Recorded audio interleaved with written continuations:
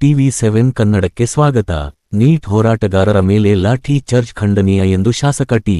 ರಘುಮೂರ್ತಿ ಖಂಡಿಸಿದ್ದಾರೆ. ಬೆಂಗಳೂರು ರಾಷ್ಟ್ರೀಯ ರಾಜಧಾನಿ ನವದೆಹಲಿಯ ಜಂತರ್ ಮಂತರ್ನಲ್ಲಿ ನೀಟ್ ಪ್ರಶ್ನೆ ಪತ್ರಿಕೆ ಸೋರಿಕೆ ಹಾಗೂ ಶಿಕ್ಷಣ ಕ್ಷೇತ್ರದ ಲೋಪಗಳ ವಿರುದ್ಧ ಪ್ರತಿಭಟನೆ ನಡೆಸುತ್ತಿದ್ದ ವಿದ್ಯಾರ್ಥಿಗಳು ಮತ್ತು ಹೋರಾಟಗಾರರ ಮೇಲೆ ಪೊಲೀಸರು ಲಾಠಿ ಚಾರ್ಜ್ ಹಾಗೂ ಜಲಫಿರಂಗಿ ಪ್ರಯೋಗ ನಡೆಸಿರುವುದು ಅತ್ಯಂತ ಖಂಡನೀಯ ಎಂದು ಚಳ್ಳಕೆರೆ ಶಾಸಕ ಹಾಗೂ ಕರ್ನಾಟಕ ರಾಜ್ಯ ಸಣ್ಣ ಕೈಗಾರಿಕಾ ಅಭಿವೃದ್ಧಿ ನಿಗಮದ ಅಧ್ಯಕ್ಷ ಟಿ. ರಘುಮೂರ್ತಿ ಹೇಳಿದ್ದಾರೆ. ಈ ಕುರಿತು ಪತ್ರಿಕಾ ಪ್ರಕಟಣೆ ಹೊರಡಿಸಿರುವ ಅವರು, ಉನ್ನತ ಶಿಕ್ಷಣದ ಕನಸು ಕಂಡಿರುವ ಲಕ್ಷಾಂತರ ವಿದ್ಯಾರ್ಥಿಗಳ ಭವಿಷ್ಯಕ್ಕೆ ಧಕ್ಕೆಯಾಗಿದೆ ಎಂದು ಆತಂಕ ವ್ಯಕ್ತಪಡಿಸಿದರು. ಶಾಂತಿಯುತವಾಗಿ ಪ್ರತಿಭಟನೆ ನಡೆಸುತ್ತಿದ್ದವರ ಮೇಲೆ ಬಲಪ್ರಯೋಗ ನಡೆಸಿರುವುದು ಪ್ರಜಾಪ್ರಭುತ್ವದ ಮೌಲ್ಯಗಳಿಗೆ ವಿರುದ್ಧವಾಗಿದೆ ಎಂದು ಅವರು ಹೇಳಿದರು.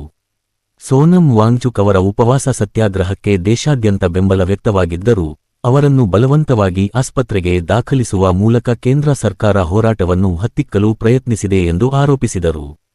ಈ ಬೆಳವಣಿಗೆಗಳಿಗೆ ಕೇಂದ್ರ ಶಿಕ್ಷಣ ಸಚಿವ ಧರ್ಮೇಂದ್ರ ಪ್ರಧಾನ್ ಅವರ ವೈಫಲ್ಯ ಹಾಗೂ ಪ್ರಧಾನಿ ನರೇಂದ್ರ ಮೋದಿ ಅವರ ನಿರ್ಲಕ್ಷ್ಯವೇ ಕಾರಣ ಎಂದು ಟಿ. ರಘುಮೂರ್ತಿ ಟೀಕಿಸಿದರು. ನೀಟ್ ಅಭ್ಯರ್ಥಿಗಳ ನ್ಯಾಯಸಮ್ಮತ ಬೇಡಿಕೆಗಳಿಗೆ ಎಲ್ಲರೂ ಬೆಂಬಲ ನೀಡಬೇಕು. ಕೇಂದ್ರ ಶಿಕ್ಷಣ ಸಚಿವ ಧರ್ಮೇಂದ್ರ ಪ್ರಧಾನ್ ರಾಜೀನಾಮೆ ನೀಡುವವರೆಗೆ ಹೋರಾಟ ಮುಂದುವರಿಯಬೇಕು ಎಂದು ಅವರು ಕರೆ ನೀಡಿದರು.